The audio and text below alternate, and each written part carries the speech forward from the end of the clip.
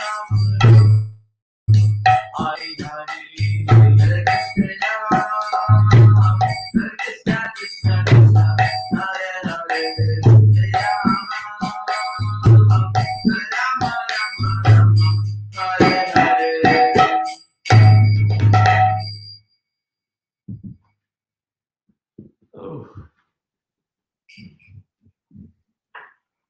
Krishna. So we've already done our Mangalacharna because we had some technical difficulties and then we wanted to wait on the live stream. So here we are. I'll just say a token. Om Namo Bhagavate. Om Namo Bhagavate Vasudevaya. So we're reading Canto 4, Chapter 29. And today we're doing a big string of texts, 5 through 20. So I'm just going to go through and read the translations and then we'll talk a little bit about what we have here. Mostly we're getting a recapitulation of the constituents of the analogy which Narada Muni has told King Prachinabarhi, because King Prachinabarhi has asked Narada Muni to clarify everything so that he knows if he understood it properly. So that's kind of the topic that we're gonna run with, but let's read the verses first. So text number 5, and I don't normally like to do this, but I'll skip the Sanskrit because we have so many verses to cover and a limited bracket of time. The great sage Narada continued, the word pramada mentioned in this regard refers to material intelligence or ignorance. It is to be understood as such. When one takes shelter of this kind of intelligence, he identifies himself with the material body. Influenced by the material consciousness of I and mind, he begins to enjoy and suffer through his senses. Thus, the living entity is entrapped. The 5 working senses and the 5 senses that acquire knowledge are all male friends of Puranjani. The living entity is assisted by these senses in acquiring knowledge and engaging in activity.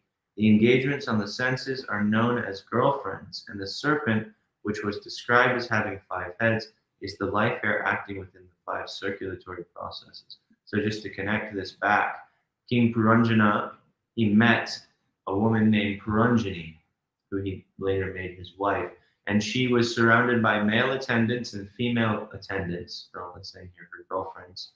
And there was a serpent which was guarding the city which they lived in. So now Narada Muni is making it very clear. We also heard from the commentaries of the Acharyas and also Srila Prabhupada what these things represented. But King Prachinabarhi, he was just hearing the analogy without any explanation. So now Narada Muni is making it explicit. This is what this is. This is what this is. The girlfriends are representing this, the engagements of the senses. The male attendants are representing the senses, the 5 knowledge and 5 working senses. The serpent is representing the life airs. It has 5 heads because there's 5 life airs, so on and so forth. Next verse, text 7. The 11th attendant, who is the commander of the others, is known as the mind. He is the leader of the senses, both in the acquisition of knowledge and in the performance of work. The Panchala kingdom is that atmosphere in which the 5 sense objects are enjoyed. Within that Panchala kingdom is the city of the body, which has 9 gates. The eyes, nostrils, and ears are pairs of gates situated in one place. The mouth, genital, and rectum are also different gates, being placed into a body having these 9 gates. The living entity acts externally in the material world and enjoys sense objects like form and taste. 2 eyes, 2 nostrils, and a mouth, altogether 5, are situated in the front. The right ear is accepted as the southern gate, and the left ear is the northern gate. The 2 holes, or gates, situated in the west are known as the rectum and genital. The 2 gates named Kadyota and Avirmukhi, which have been spoken of, are the 2 eyes side by side in one place. The town named Viprajita should be understood as form. In this way, the 2 eyes are always engaged in seeing different kinds of forms. The 2 doors named Nalini and Nalini should be known as the 2 nostrils, and the city named Saurabha represents aroma. The companion spoken of as Avatuta is the sense of smell. The door called Mukhya is the mouth, and Vipana is the faculty of speech. Rasagna is the sense of taste. The city called Apana represents engagement of the tongue in speech, and Bahudana is the variety of foodstuffs. The right ear is called the gate of Pitrihu, and the left ear is called the gate of Devahu. Narada Muni continued, the city spoken of as Dakshinapanchala represents the scriptures meant for directing poverty, the process of sense enjoyment and fruitive activities. The other city, named Uttara Panchala, represents the scriptures meant for decreasing fruitive activities and increasing knowledge. The living entity receives different kinds of knowledge by means of 2 ears, and some living entities are promoted to Pitriloka and some to Devaloka. All this is made possible by the 2 ears. The city called Gramaka, which is approached through the lower gates of Asuri, the genital is next, which is easy to common men who are simply fools and rascals. The faculty of procreation is called Durmada, and the rectum is called Niriti.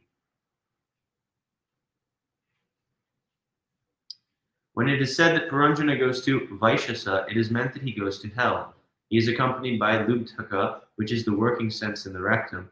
Formerly, I have also spoken of 2 blind associates. These associates should be understood to be the hands and legs.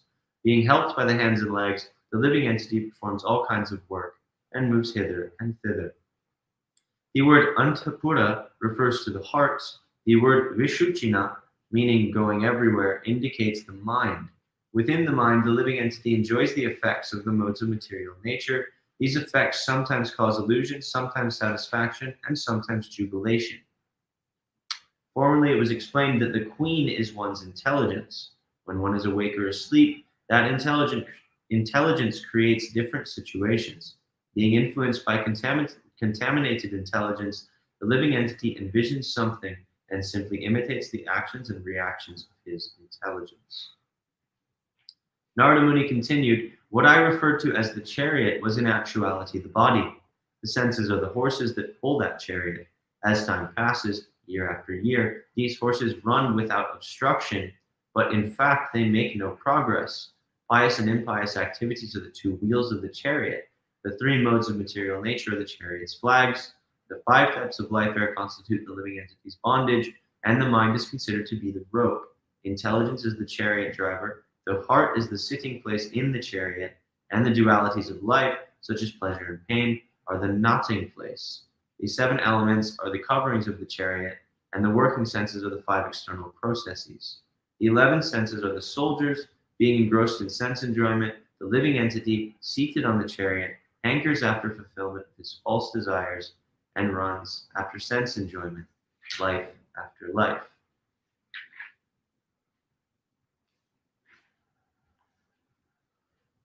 Mukam karoti vachalam pangum anvayate yat kripantamaham vande Shri Gurum Dinataranam. So, what we have here is a recapitulation, as I was saying, of all of the constituents of the analogy that Narada Muni has told King Prachinabarhi. And this is being done because Prachinabarhi, King Prachinabarhi, is exemplifying a proper student. In the Bhagavatam, we have many, many different archetypes, and usually they're shining examples of what one should do and how one should act in spiritual life. Actually, many people inadvertently, because sometimes the examples are so perfect that it seems like we can't relate to them, they inadvertently create a gap between the conduct of the characters of the Bhagavatam and their own spiritual lives, our own spiritual lives. But actually, all of these stories are set up in such a way that they're archetypal examples of what we need to do in our spiritual life and in our particular situation. So Narada Muni is telling this entire story in order to inspire initially renunciation for this part, and then later, after a little bit of renunciation is there, enough that King Prachinabarhi can be sober about material life, the impetus to take up bhakti and to actually attain what the Bhagavatam calls as Paramashreyas, the highest goal of human endeavor, which, as Hare Krishna, as we understand to be love of God, because love is the most powerful thing that there is. Love is the thing that moves everything else. Krishna says, Aham Bhakta Paradhino, Yasvatantra Iva Dvija. In the 9th canto, he tells Durvasa Muni that actually I cannot help you, which is a pretty powerful statement, because in what other scripture are you going to find God saying, I cannot do anything actually? I'm stuck. My hands are tied, is what Durvasa Muni tells to, what Vishnu, Lord Narayan, tells to Durvasa Muni. He says, my hands are tied because you've messed with one of my devotees. And I have to be honest with you, my devotee controls me. Aham bhakta paradino. This pada adina means I'm controlled by others. And who are those others? The bhaktas. So this is a very unique thing. And it's very important to understand, because this is really why we're all where we are. Because Krishna consciousness is giving the most deep, serene, beautiful, esoteric, wonderful thing that anyone in any realm of reality can imagine, because it actually brings one to the fulfillment of what the Atma or the soul is meant for. Everyone has the capacity to experience Krishna Prema. And so in that way, anything short of that is not really the fulfillment of what one's existence is about. So the Bhagavatam gives us specific instructions about how we can fulfill that duty. Not duty, but how we can come into the completion stage of what our constitution actually is. And so all of these examples that we hear in the Bhagavatam, like this particular story, are meant to encourage us and also practically guide us as to how we can begin to imbibe the principles that are going to bring us into that sphere of life. So in this particular instance, what we've had is this big long analogy told by Narada Muni, and we have King Prachinabarhi sitting and listening intently. After the analogy is over, King Prachinabarhi does not say, okay, thank you, Guru Maharaj, because Narada Muni is acting as his guru in this position. He doesn't say, okay, thank you, I've heard what you have to say, and then go on about his life, trying to guess and trying to think about what he should do, and kind of stabbing at it in the dark. He says, "O Narada Muni, can you please clarify what you meant by that analogy?" In other words, he recognizes that there's more for him to understand, and he brings up whatever he does not understand and asks his guru to recapitulate it in such a way that it will be more clear. And for anyone who is a disciple, anyone who is aspiring to be a disciple in a parampara, this is really the key to all of what it means to be a disciple. Nothing else really matters in discipleship, especially, we can say, in the beginning. Maybe later it can be based on more subtle principles. But at the very basis, the most practical thing is that the guru speaks and the disciple sits and asks questions until his doubts are cleared. And if the disciple does not clear his doubts, then he's not actually going to be able to, one, even place his faith in the guru. Because if one has doubts about what the guru is saying, and then one doesn't voice that in a way that it can be clarified, then one is not able to have faith. And two, directly related to that, he's not going to be able to actually undergo the process. Because what will he have to do? He'll have to fill the gaps with his own understanding, with his own thoughts, with his own beliefs on what the guru meant. But actually, the most intelligent thing, the most practical thing, and the thing that is directly required is to inquire directly. One must ask, actually, did you mean this? Did you mean that? How do I understand this? So King Prachinabarhi is giving a very, very nice example of this, because he's heard this analogy. And it's an earlier yuga, so his intelligence is quite sharp. And still he's saying, Narada Muni, will you please, Sri Narada Muni, will you please recapitulate your analogy and tell me explicitly what all of these things represent, because I don't want to get it wrong. And we hear this from Bhagavad Gita, Tadvidi pranipatena pariprashnena sevaya. So we hear that this, by offering respects, by asking questions, and by rendering service, this is how one gets the mercy of the sadhus, and then they show one the absolute truth, because they themselves are seeing it.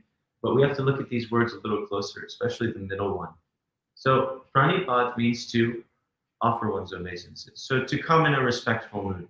We come towards teachers, spiritual practitioners, all Vaishnavas actually, in a respectful mood. And we submit ourselves, so to speak. We we come and we leave our preconceptions at the door, ready to learn something. But it's not only enough to just be open and ready to receive something, but one should do pariprashna. So prashna means question. Pariprashnena means with a question. And pariprashna means complete questions, or it means to question completely. So one should come to the guru and one should not be satisfied that, oh, he has spoken and somehow mystically his speech is going to enter into my heart. That's an aspect. And yes, by being in the presence of saintly people, one will get purification. But actually, when one has the opportunity, one should ask questions which reveal one's doubts for the purpose of clarifying those doubts. And then sevaya means to render service on the basis of those proper questions.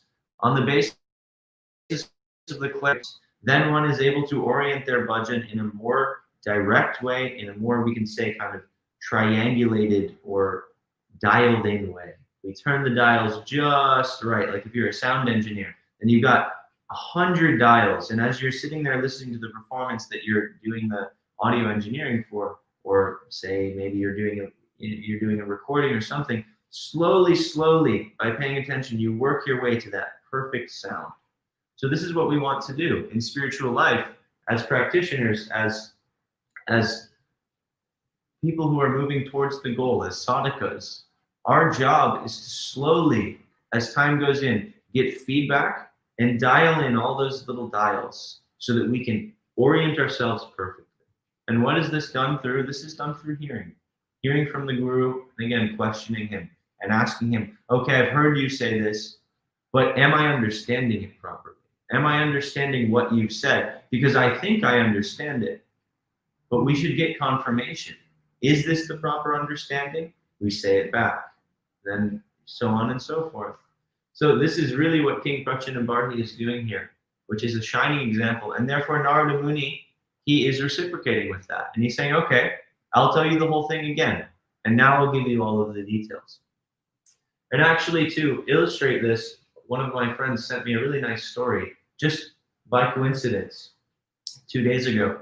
So I'll just see if I can bring it from mine. So don't mind that it's going to be abridged. And this is just a quick, easy rendition of the story. So this is from Upakyalani Upadesh, which is a book of fables by Srila Bhaktisiddhanta, whose disappearance day, or his appearance day, I believe it's his appearance day, is tomorrow.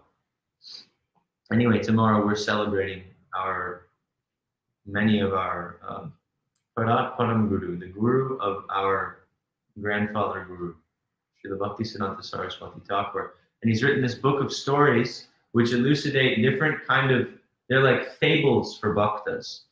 So one of them is called The All-Knowing Sage and the Pauper.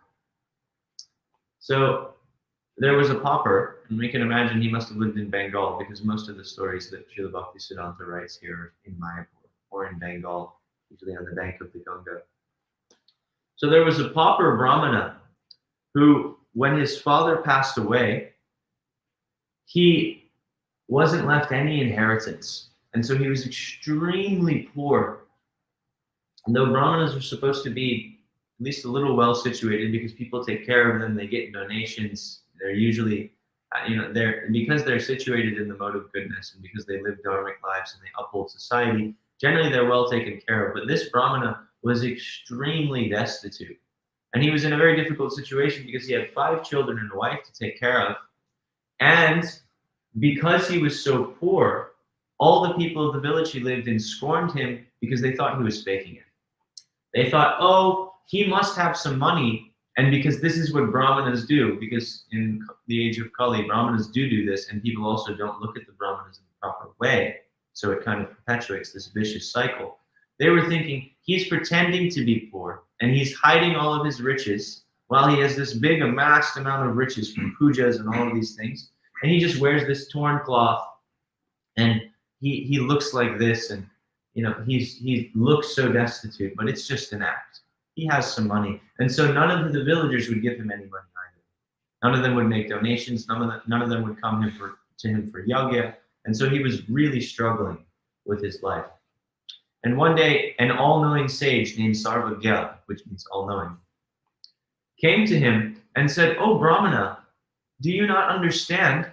Your father has left you a great bounty. He's left you all of his inheritance, but he's buried it in the courtyard. Perhaps he was thinking that you would misuse it, and so he didn't tell you about it when he passed away." And so this Brahmana became ecstatic, and he immediately grabbed a spade. He went and grabbed a shovel, and he started digging. And I'm going to get the directions wrong here, but anyway, bear with me. He first started to dig in the western side of the courtyard, and Sarvagya said, no, don't dig there. There's a hornet's nest there in that part of the courtyard. And so you're not going to be able to get your father's treasure. You're just going to stir up the hornets and they're going to sting you. So then, not Sarvagya, so then the Brahmana runs to the north and he starts to dig. And then Sarvagya, the all-knowing sage, says, no, you don't understand. You can't dig in the north. There's a python who lives in the ground in the north there. And if you disturb him, he's going to bite you and you're going to get swallowed up because it's a really big python. And you're going to be finished. Don't dig in the north. And so then he runs and he goes to dig in the south. And as on cue, Sarvagya goes, no, don't dig in the south. That's not going to help you. If you dig in the south, there's a ghost that's living in that region of your courtyard. And he's going to haunt you because your father basically buried this treasure with the intention that this ghost would protect the treasure. So don't dig in the south. And at this point, having dug in the north, west, and south, the Brahmana became infuriated because all of his trauma and heartache and difficulty built up. And he told this sage, he said, "You're just like everybody else. You're just going to sit here and you're going to judge me, and there probably is no treasure. You've just done this to torture me, haven't you? You've made up the idea of treasure just so you could see me run around with a shovel and try to dig up all of these things. And now you're telling me, oh, this is a bad thing here and this is a bad thing here." And he says, I don't even care for this. I can't give up my life because I'm not even strong enough to do that. And I can't maintain my life because I don't have anything to maintain it with. I'm literally living in hell. And he just began to lament. So then the sage, because the sage was sober, he said, "Listen, you have to understand. There's a reason for all of this. Your father, he buried the treasure in the east, and he buried it there with the intention of it being protected by the north, west, and south, the hornets, the python, and this ghost. If you had asked me where to dig, then I would have told you it's in the east, and you wouldn't have had to go through all the suffering of running into the hornets and the python and the ghost and all of these things, and I wouldn't have had to tell you, don't dig there. But instead, because you didn't ask me where it was, and you just ran off in your excitement to dig, then you've run into these problems, and now you're blaming me for them. But just trust me, if you dig in the east, you will find your treasure." And so the Brahmana took his last little bit of faith that he could have in this sage, and he went and dug in the east, and he found his father's treasure. And then he was able to live a prosperous, happy life. So we get a happy ending. Now, Srila Bhaktisiddhanta, he gives a purport on this, which is very nice, and it's a very sobering point for all of us as sadhakas in relation to the guru and disciple relationship. So basically, the moral of this story is that when one approaches a spiritual master and begins spiritual life, when one approaches the devotees, when one moves towards beginning to unfold their spiritual trajectory, it's very important to take guidance, and it's very important to actively approach and ask questions for clarification and for details about how one can do one's bhajan. Because if one doesn't, and if one falls on their own abilities and their own ego and their own thoughts of how things should be done or could be done or what would be the best way to be done, then one is inevitably going to run into the wrong direction. And this is such a subtle thing because as materially conditioned entities, we have the desire to do things ourselves. Even in spiritual life, we have a desire to make things happen by our own volition. So, okay, I joined the Krishna consciousness movement, but ultimately I figured it out for myself. I figured out how it was supposed to be done. We're always subtly, or even not so subtly, looking for a way to make this the reality. And so we don't ask because we would rather have the glory of figuring it out than just having to say, well, I asked and I got a good answer. But we need to understand that the only way actually is to get the good answer of a sadhu. And it's also the most efficient way. So it's the most efficient way and it's the only way. If the Brahmana had asked the sage from the beginning, where should I dig? You told me it's in the courtyard, but do you know where? Then the sage would have immediately said, it's in the east. It's right over there. Just dig right there and you'll get it. It's in the eastern section of your courtyard. He would have been able to avoid all of these other things, the python, the snake, and the ghost. But because he just got excited and then he wanted to find it himself. He had to run astray 3 times. And then finally, when he sat down and said, I can't do, the Guru mercifully told him what he should do.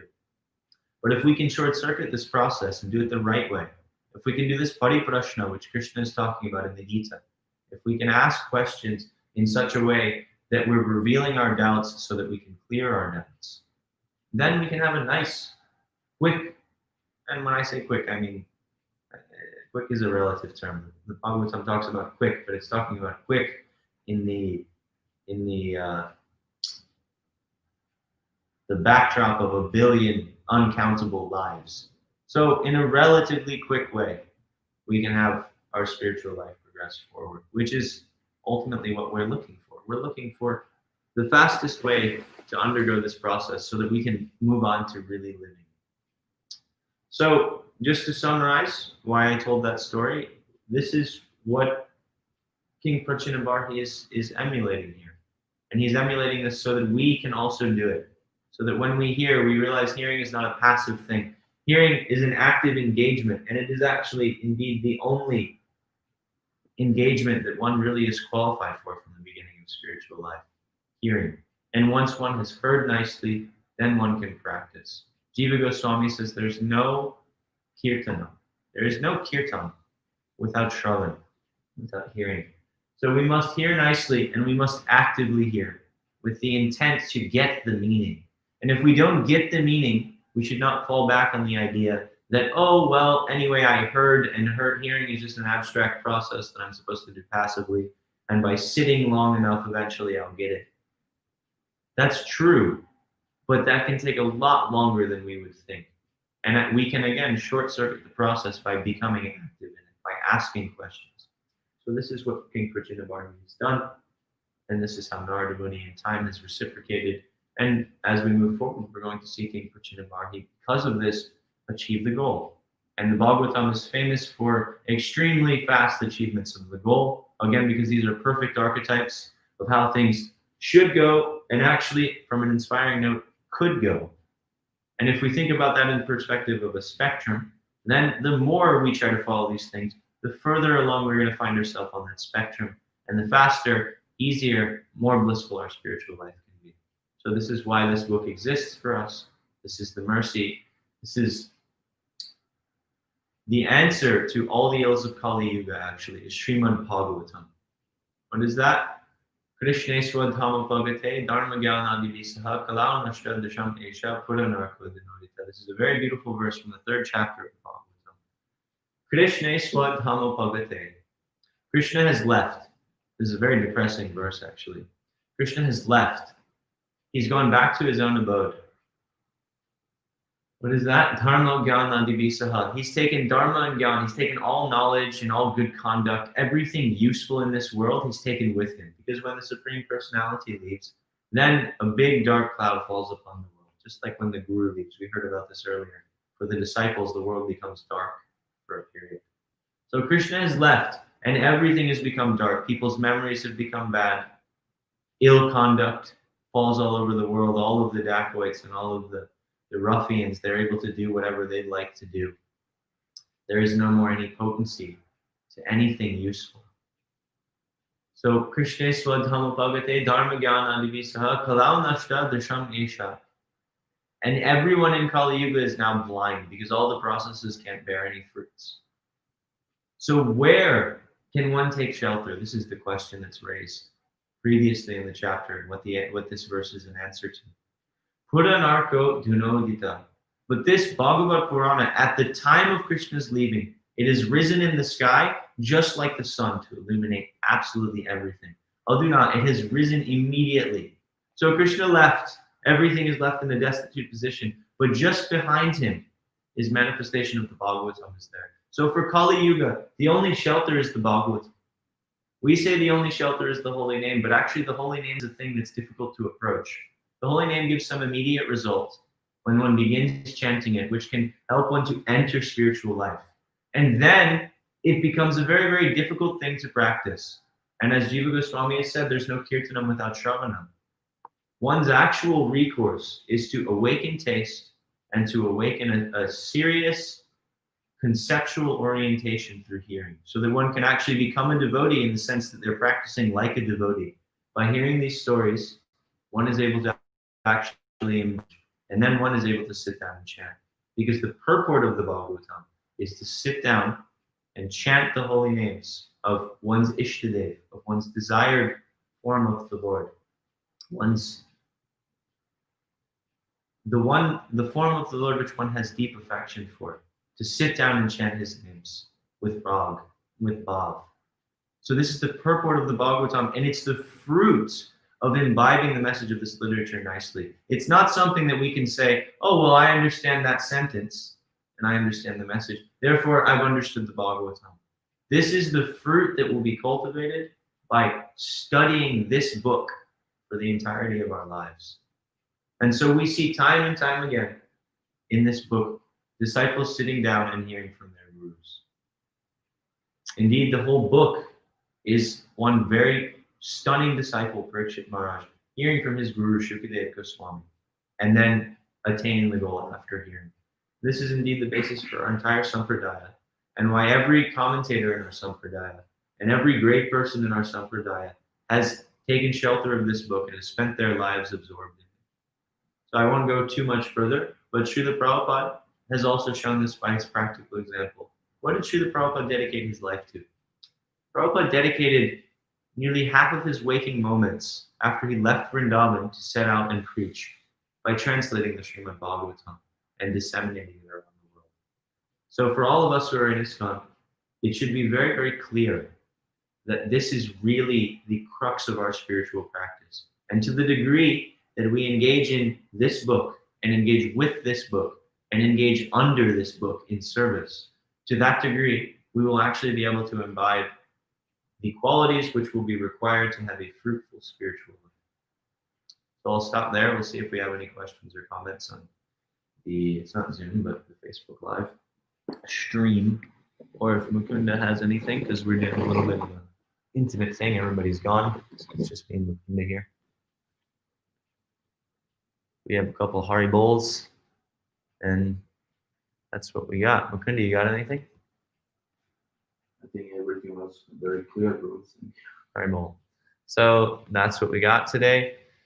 Grantaraj Srimad-Bhagavatam ki jai, Srila Prabhupada ki jai, Vaishnava Bhakta-vrinda ki jai, Vanchakalpataribhyascha Kripasindhubhyascha Patitanam Pavanebhyo Vaishnavebhyo Namo Namaha. We actually have, looks like a question here or a comment. Let me just look at it.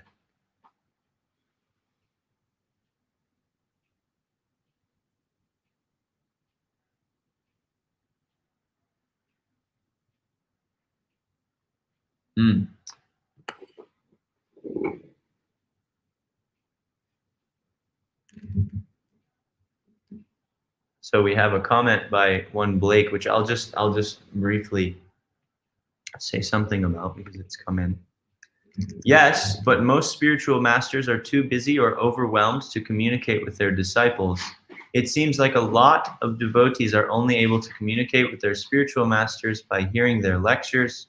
At least for myself, I aspired for one guru, but he never returned my emails, so I politely switched to another spiritual master. But now he also doesn't return my email. Maybe it's just a personal problem for myself. No, I think that this is a natural recourse to the fact that we have a very big society, and because of that, the infrastructure works a little bit differently. One thing Jiva Goswami talks about in Bhakti Sandarbha is the general mercy and specific mercy of a sadhu, and that the sadhu has to be compassionate in the sense that he has to be directly compassionate upon a person. So it's good that we don't just surrender if we don't feel like the relationship is going to be satisfying enough, which is why there must be a testing period. And ultimately, one must understand that the guru really finds the disciple. Because as a disciple and as a novice in the practice, because if we haven't taken shelter of a spiritual master, then practically speaking, from the traditional sense, we haven't truly entered the practice. Everything we do before taking a spiritual master is oriented towards obtaining the mercy of a guru, because one can't move any further than that position until one takes shelter of a guru. And one will run into this problem. And really, it's a good problem to have because it brings one to the realization of the need for shelter. But one will run into this problem eventually, no matter it may be years and years and years. Taking shelter of a guru is an absolute must for any Vedic trajectory, and especially so for theistic Vedantic trajectories like Gaudiya Vaishnavism. So one must understand, my Prabhu, Blake, you must understand that we simply need to find a way to cry out as sincerely as possible that I need shelter. Krishna, what is that? Guru Krishna Prasade Payam Bhakti Lata Beach. We must cry out and say, please, I need this and I'm not able to find it. I approach this person, I think they're very qualified. I'm not able to get a response from them. They're not reciprocating with me because they're so busy. Maybe they didn't see my email. So Krishna, will you please send me somebody? Because Krishna says in the 11th canto, Acharyavan Mam Vijanayan. One should know, Acharya Mam Vijanayan. One should know me to be the Acharya. So Krishna sends his representative personally. When he sees that somebody is associating with the devotees, when he sees that somebody really, really wants to move forward in bhakti, then he sends someone. And if he hasn't sent someone, then we have to sit down and cry and say, please, please know that I'm sincere and I want to do this. So I'm not saying you're not doing that. I'm only saying this to encourage you to move forward, because this was my experience. I went nearly 4 or 5 years, not really paying so much thought to this, because I thought, yes, anyway, I'm well situated. I'm around a lot of devotees. I'm in an ashram. Everything is going well. But I came to a point where I realized I couldn't move any further. And I realized why. Because actually everything I had done to that point was to bear the fruit of finding a spiritual master. And so then I kind of became consumed by a fire. And as soon as I became consumed by that, then I started to get answers, because this is how Krishna works. This is the way he does things. So to me, it sounds like what's happening to you is ideal, because you've tried twice and now you're getting to see that I have to go deeper and I have to really figure out. So don't give up on that in an external way and say, oh, well, because these people didn't reciprocate with me, then, you know, it's the fault of the institution and it's the problem of the situation that we're in, and I guess I'll never get it. Because Krishna will send you somebody. You will get reciprocation. You will get a guru. This is all just to increase your desire for that and help you appreciate it when it happens. Because probably if the first person reciprocated with you, then maybe you wouldn't have reciprocated in kind. And you, oh yes, I got one. Because we see this a lot. And this is one of the drawbacks of being in an institution, is we see that people take shelter of a guru and they take initiation from a guru, and then problem solved, job done. Now I don't have to do anything because I got the goal. And then they have to go through another type of purification and another type of understanding, which will help them to move into that relationship. So anyway, I won't waffle on too much more, but because you said it, definitely just keep going, keep pushing, and eventually it will bear fruit. The process will bear fruit. You're chanting the holy name. Take shelter of the Bhagavatam in a deep way. Study Guru Tattva. Study what it actually means to have a guru, what one should look for in the qualities of a guru. And yeah, we're as practitioners of Bhakti Yoga, we are eternal optimists. There can be no bad result from practicing Bhakti. And so we should always, no matter how difficult things are, frustrating they are, we should always have a smile underneath, because we can see that this is going to work out. Things are just going to work out. And to the degree that I apply myself nicely, things will move faster and sweeter and better. So anyway, Srimad-Bhagavatam ki jai. We'll just stop here. Haribol.